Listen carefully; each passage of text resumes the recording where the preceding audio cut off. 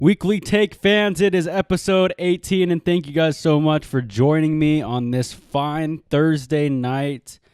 Thursday night. Thanks for coming in and listening to what we got in store for you today. It's just me, your host. So we're going to talk about some Super Bowl and a lot of NBA today. We're slowly transitioning to the NBA.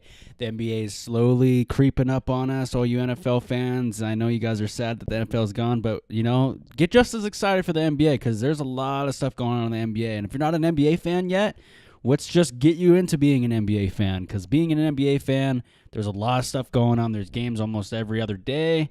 It's not, you don't got to wait till Sunday, Thursday, or Mondays to watch it.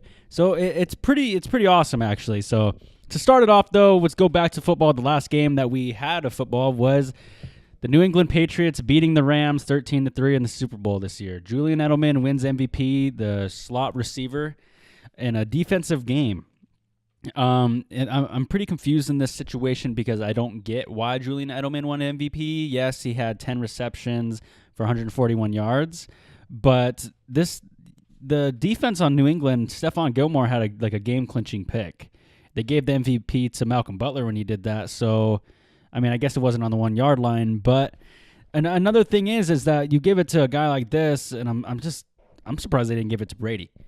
Like, oh, well, we won, so it goes to the quarterback. That's how it usually goes in mostly everything, to be honest with you. Quarterbacks fucking get the blame for every. It's the thing, though. Here's the thing with quarterbacks, though. Sorry, I had to take a breath there. I'm getting pretty hyped up over here. The thing is with quarterbacks is, yes, they do get a lot of the hype and all the fame, but they do get some pretty big blame, like Jared Goff did this game, because Jared Goff laid an egg, and that's what happened to the whole Rams laid an egg, bro. I mean, I look at this game, and I thought the Rams would put up a way better fight with that defensive line against the New England line, but something that people are not talking about is how great this New England Patriot offensive line is. These guys are giving Tom Brady just enough time just for him to get out of the pocket and him to be perfectly fine. So it's perfect in that situation. I think he's going to do great. Sony Michel, I totally blanked out there. Sony Michel is going to run great behind this line next year. He's only a rookie. He's a rookie running back who had 96 yards in the Super Bowl and a touchdown. So I think that's a pretty good pickup for New England. They haven't had a good running back in a long time. They had LeGarrette Blount, and he was a pretty good force to have.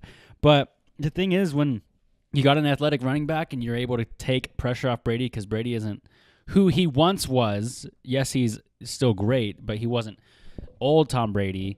I mean, he's still great, but when you have a good running back, it takes a lot of the pressure off for the quarterback, regardless of who you are. If Aaron Rodgers had a better running back, he'd be way better. He started playing better towards the end of the year when God, I'm gonna totally blank out his name. It's not Williams and it's not Lacey, obviously.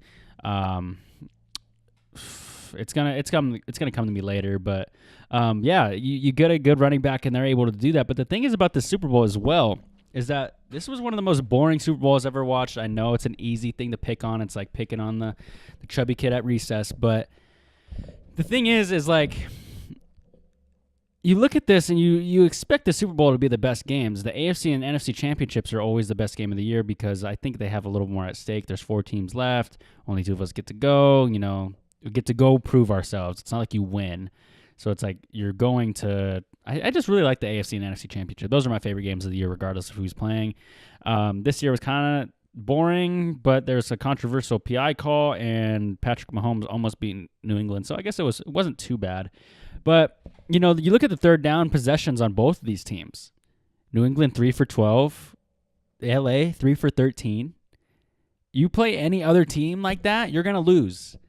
I gotta give it to New England, though, for stopping or limiting the Rams to 3 points. They didn't even score a fucking touchdown. Jared Goff missed that wide open pass. Brandon Cooks was waving 5 yards out right towards the middle of the end zone at the 20-yard line.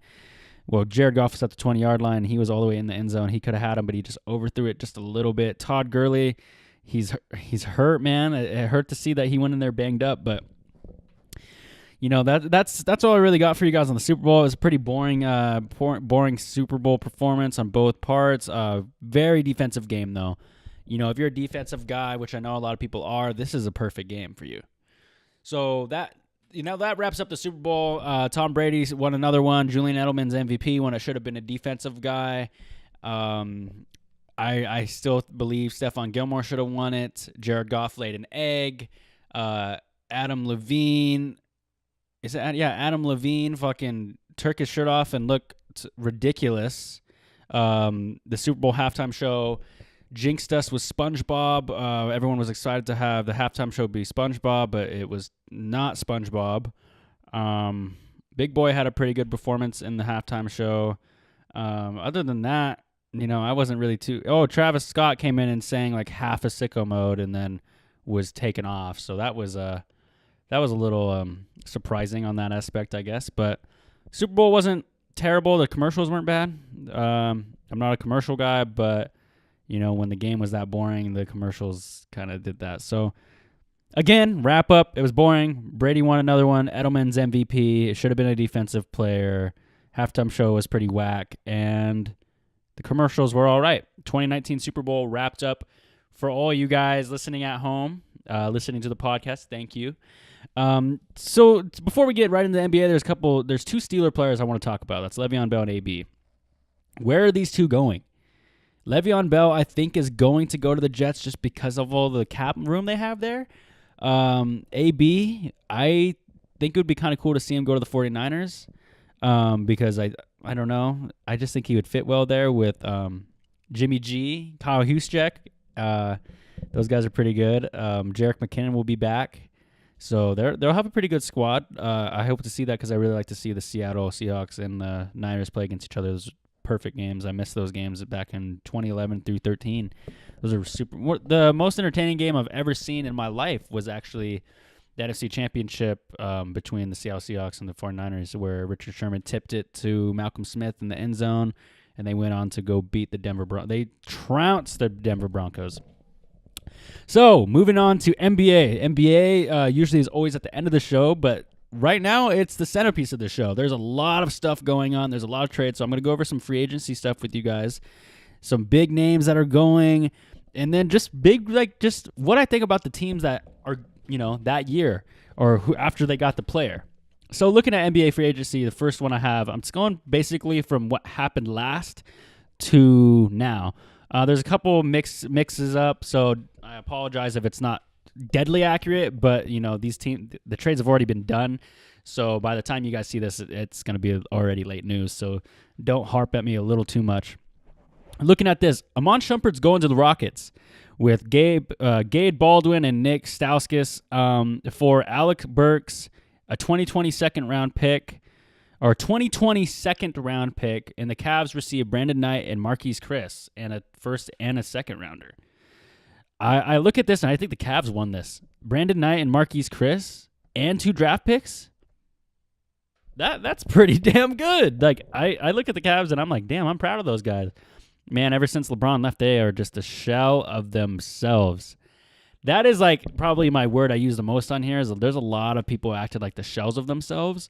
So that is definitely the Cavs this week because that was them before this trade because right now they're looking nice. They're making some good moves. I really like what they got going there. Hold on, we totally got like a message on here. Hold on. Oh, we had the 20% remaining on the phone. Had to go had to cancel that out, but we're back. Moving into the Barnes. Harrison Barnes traded mid-game. A lot of people are upset at this, and a lot of people want to cry about it. But it's a business. I get that, but at least let the guy finish out the game. This guy didn't even get to finish out the game. He sat there. He's like, wow, I'm really traded. I just want to take all this Dallas Mavericks shit off. Bring me to Sacramento. He got traded for Zebo and Justin Jackson. I almost feel like if it was just for Justin Jackson, it wouldn't be as bad, but they just said, yeah, take Zebo. I mean, maybe the Mavs are trying to get more veterans. They got Kristaps, and that's a big signing. We already talked about that last week. But you look at that too, and maybe Zebo puts in some pointers. Zach Randolph is who Zebo is. For those of you who do not know who Zebo is, he's an older power forward. He did a lot of good things for Memphis. Memphis, not the Mavs. They got pretty similar colorways, though, so maybe that's why I got all mixed up. No, I mean, that's not too bad. It just sucks that it was mid-game, and I'm sorry for the guy Harrison Barnes. Ever since he left Golden State, it's been kind of up and down. He's been in Dallas since he was traded over there, so I mean, he hasn't been doing terrible. They wanted to keep him until now. Justin Jackson and Zebo were just too hard to resist, I guess, for Dallas, Mark Cuban's sake. Moving into the Otto Porter, he's now going to Chicago from Washington Wizards. For Jabari Parker and Bobby Portis. I actually think the Redskins. I'm still in the NFL mode. I actually think the Wizards actually won this. Getting Jabari Parker and Bobby Portis is just only going to help their bench.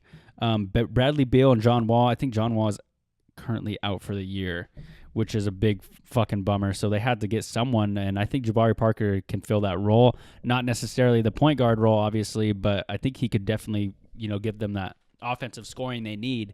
So moving into Bobby Portis too, he's going to be a great help too. He can either come off the bench, and you can even honestly make this guy a starter in Washington. They don't got too many guys that are too great over there, so definitely if he puts in the work, he could definitely take that spot. Marquise Morris for a second rounder, and for Wesley Johnson actually.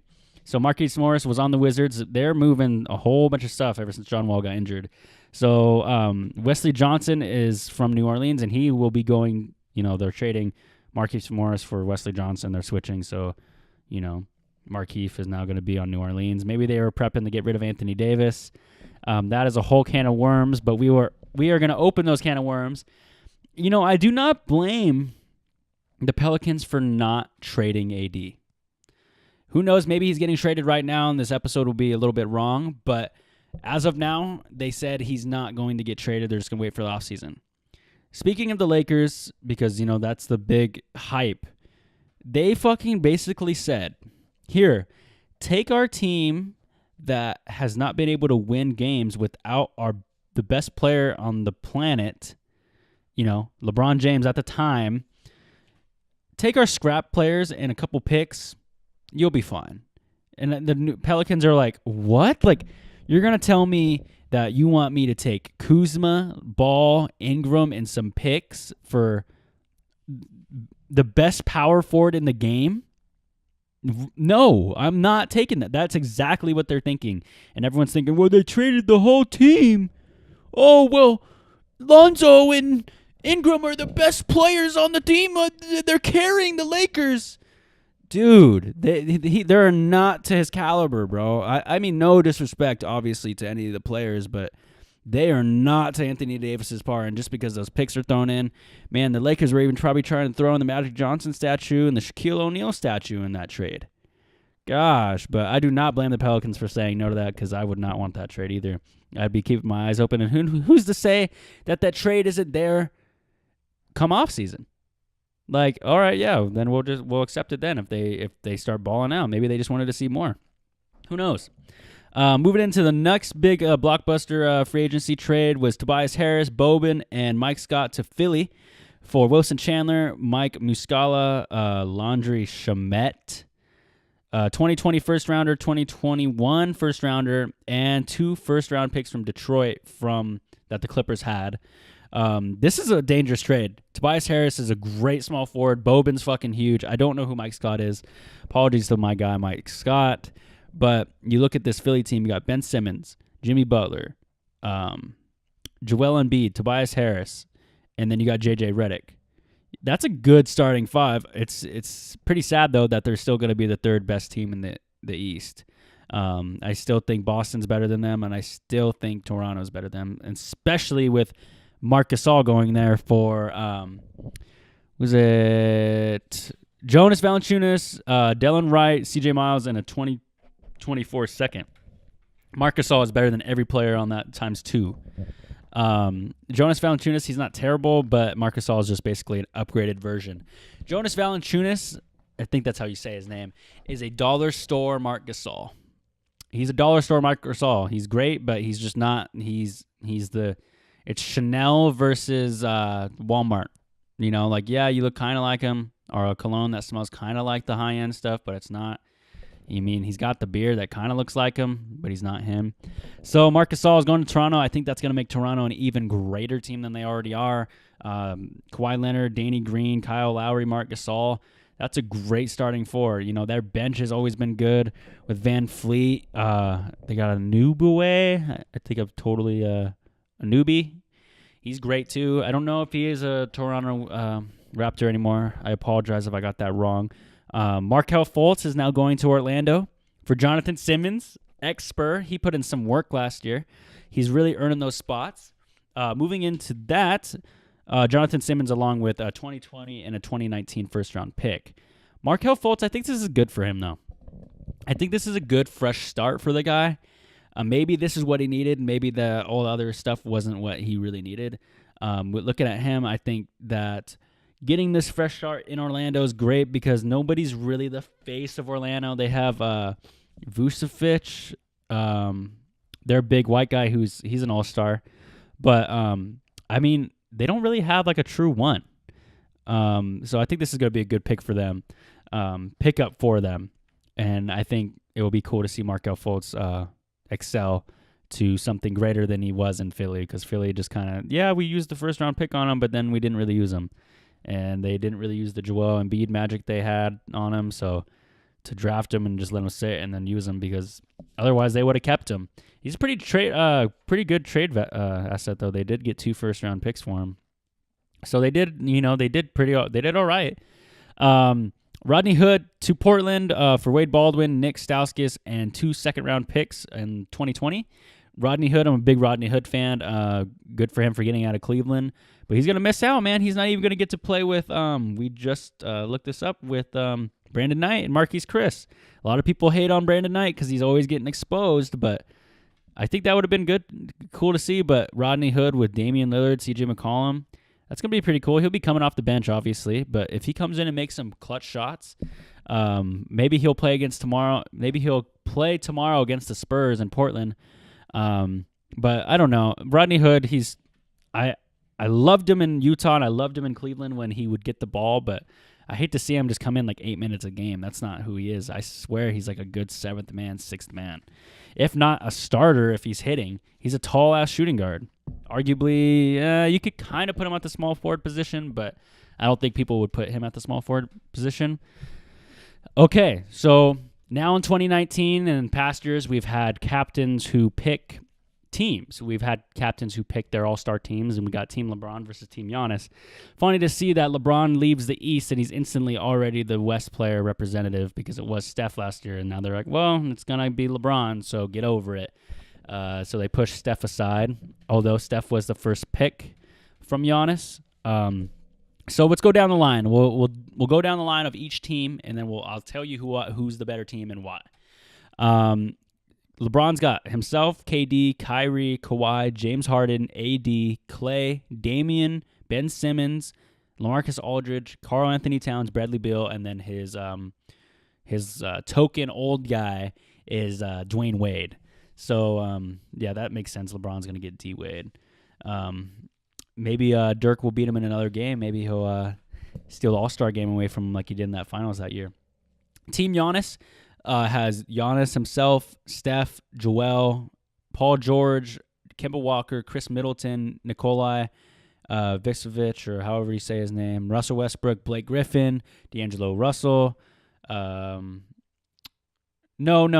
it's Nikolai.